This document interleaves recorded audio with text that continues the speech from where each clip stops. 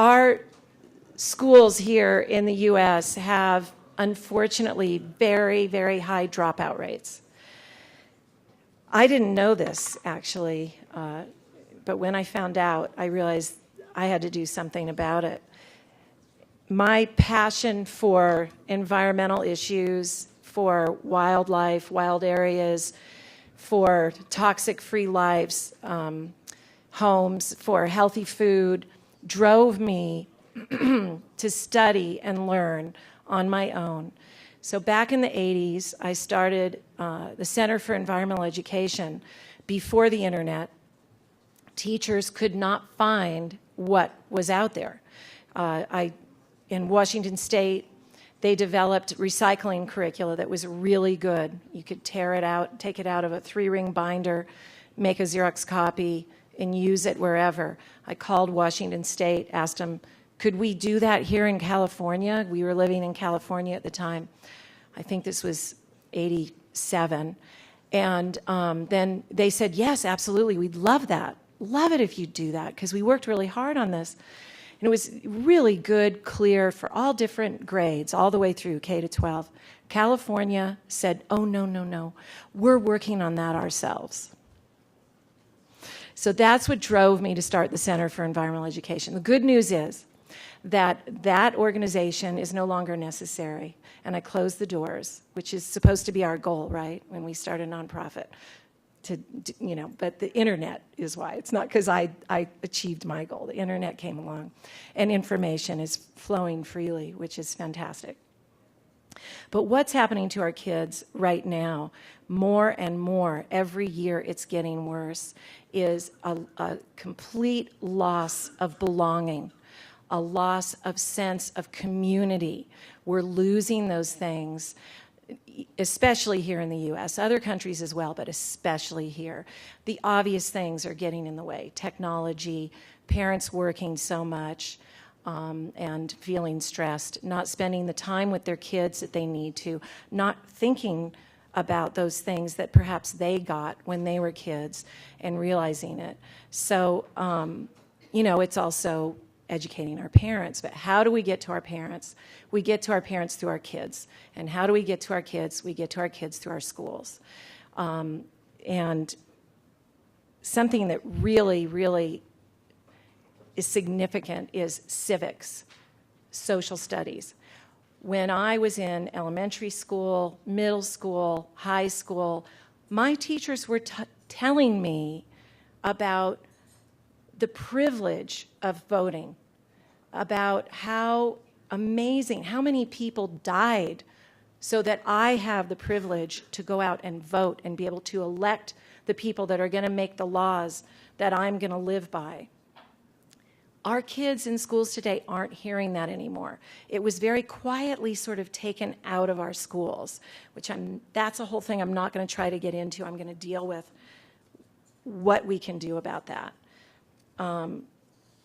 We wouldn't have had the civil rights movements, the women's, rights, women's equality movements, if we didn't have a whole, our citizens here in the U.S. didn't have a sense of how the political system works. Our kids now aren't really getting that. So what the program that I guess we say I founded it. It was initially my idea, but a lot of other people are contributing to it. So, I'll take a little bit of credit, which is called Green Community Schools, and the word community is really important, is being implemented now in 5 cities by an organization that was originally founded in Chicago called MGR Youth Empowerment. And it's really amazing what they're getting done there. I mean, what happened is they were already, this organization already existed, and they were doing mentoring and getting kids outdoors and teaching them how to run marathons. And then I came along and gave my passionate pitches to the founder, and he gave me access to the executive director, who did a crash course on all these things we've been talking about from me, and then I gave them sources and reading materials. And he started hiring staff that were already educated in environment specifically to run these programs. So what is greening a school? So some people say greening a school is, oh, we put some solar panels on the school. Isn't that great? It's green now. And I say bullshit. That is not greening a school. That is putting solar panels on a building, which is wonderful. But you got to involve the entire school community. The kids need to be involved. They need to understand what is happening, why, how, all those things. The teachers, the parents, the neighboring businesses. So we go into schools with a menu of options and let the schools tell us what they want to do. And anyway, okay, so now I want to talk about the importance. I want to get back to the political approach, because that's what we try to do, is always work that in. We're empowering youth in two ways. First, we get in and we give them the hardcore environmental education, and we talk about environmental justice as well, because the kids that we're working with, and by the way, it's high schoolers that I'm now concentrating on, because the moment that every one of us steps off our high school campus, we pretty much leave real learning behind, and we're focused on living. Like, how are we going to support ourselves? You know, even those of us that are privileged enough to go to college, we're thinking about, how am I going to support myself after this? So I want to get the kids right before they go out into the workforce or to higher education. And then we teach the youth how to navigate the political system through community organizing. Too many organizations leave this out, and ultimately nothing's going to get done if they don't understand, and if we don't teach them the political and power systems of this country. We have to teach our youth these systems to give them the opportunities and help them put it into practice.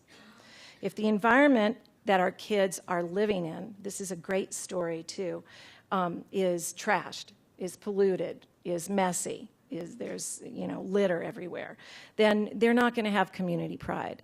So one school that we went into, that's what they wanted to work on, and we were thrilled with that.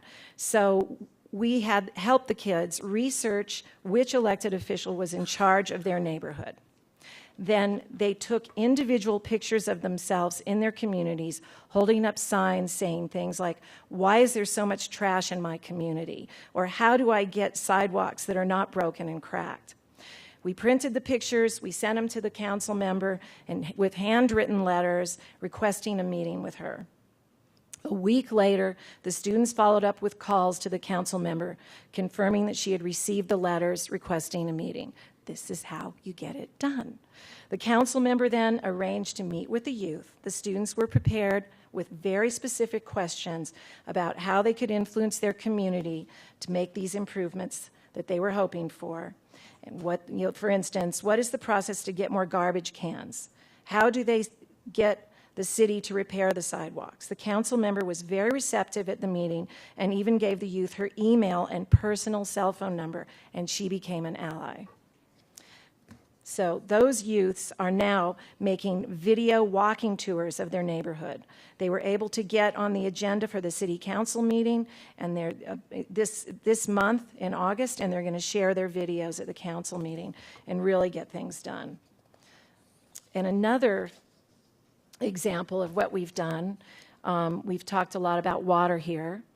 After studying the water table and water pollution, we had youth, our kids were surprised to learn how much toxic waste was being dumped into the sewers, especially in our low-income communities. The students lobbied the cities and received permission to spray paint a stencil on and around the sewer areas with a message and image that reminded the community not to dump toxic chemicals into the sewer drains. With guidance from their teachers, the students applied for and were awarded grants to replace their old traditional water fountains with specially fitted fountains to fill water bottles. And they also got a grant to distribute environmental friendly water bottles for all the students on the first day of school. The kids got those bottles and started filling them. So we saved a lot of water that way and a lot of waste. So the kids learned grant writing skills, and it's been phenomenal. And now I love this story. Ronnie, this is a Pittsburgh youth. I'm going to read it, was the kind of youth that struggled in the traditional classroom setting. Participating with MGR Youth Empowerment, he began staying after school for a program that took youth on bicycles to the riverfront for environmental education activities. Ronnie was extremely committed to this program and never wanted to miss. One morning, he was having an off day. He was misbehaving in class, disrupting everything. The school social worker was called in to help calm the escalating situation. When she reminded him that today was his day to be with the MGR after school and the Green Community Schools Initiative, he immediately calmed down because he knew he would miss this program if he was kicked out of school. Being out in nature, riding a bike on the dirt trails, and participating in environmental education activities were so important that Ronnie was able to check his behavior and focus on his work. Ronnie was not fit for a traditional classroom setting, but his learning style is completely in line with learning in nature and for nature. How many other Ronnies are there in schools waiting for this type of education? And here's another story. In Charlotte, North Carolina, there's a Catawba, I think, college. It's a liberal arts college not far from the schools that we're in Charlotte. They have an amazing environmental education center, and every summer they hold a National Youth Environmental Summit. Since its inception, all the youths participating were from more affluent communities from across the country. Even though this awesome resource is only less than 30 minutes from our high schools, not one urban youth had taken advantage or been given the opportunity. So we helped our youth get in touch, and now for the past 2 years, through our initiative, we've been sending youth to this summit. I sat down with a few of these kids in April, and every single one of them said that it was life-changing. That before they went to this program, they hadn't even been thinking about what their opportunities were for post-high school, let alone their lives. And every one of them was on fire. They all had ideas, and they were really excited about what they were going to do with the rest of their lives. Also another note here is that living in low-income communities, it's absolutely almost absent for kids to be thinking about career possibilities. And when we go in, we open up that world to them, which, as you know, we all know, it's so many things that you can do in this field. So anyway, thank you so much.